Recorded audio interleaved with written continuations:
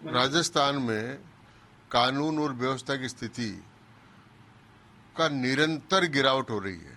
राजस्थान ऐसे राज्यों में शुमार हो गया है जिनमें सबसे ज्यादा अपराध है, चाहे वो महिलाओं के प्रति अपराध हो, चाहे वो हत्याओं के अपराध हो, चाहे वो बलात्कार के अपराध हो, चाहे वो अपहरण के अपराध हो, चाहे वो माफियाओं के अपराध हो।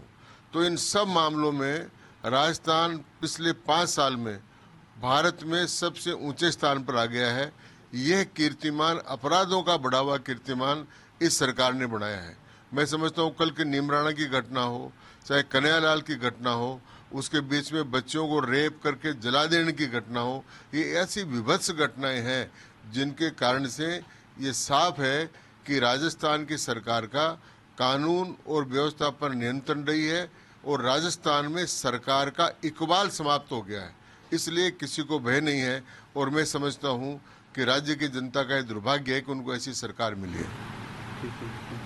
ये इसलिए मोदी के चेहरे पर राजस्थान पे चुनाव लड़ा जा रहा है। और पन्ना प्रमुख की जहां तक बात है, पन्ना प्रमुख केवल कागजों में ही दफन है, बाहर कुछ नहीं है। देखिए, गहलोत साहब कुछ भी कहें, लेकिन Bharatiya Janata party cadre based party है।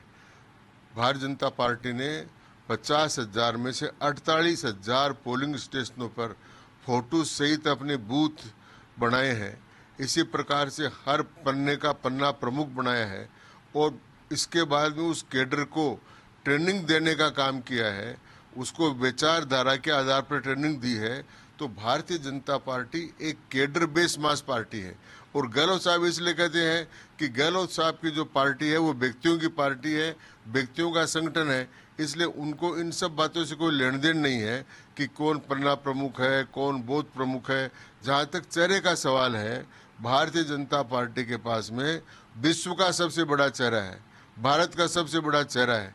और ये स्ट्रेटेजी होती है कि पार्टी को जीतने में अगर चेहरा सहायक हो तो चेहरा बनाती है पार्लियामेंट्री बोर्ड, और पार्टी को लगता है कि पार्टी को इसमें हित है कि बिना चेहरे के पार्टी जीत जाए तो पार्टी जीतती है। तो ये स्ट्रेटेजी का काम है और भारतीय जनता पार्टी अपनी स्ट्रेटेजी के आधार पर ये काम चल रही है।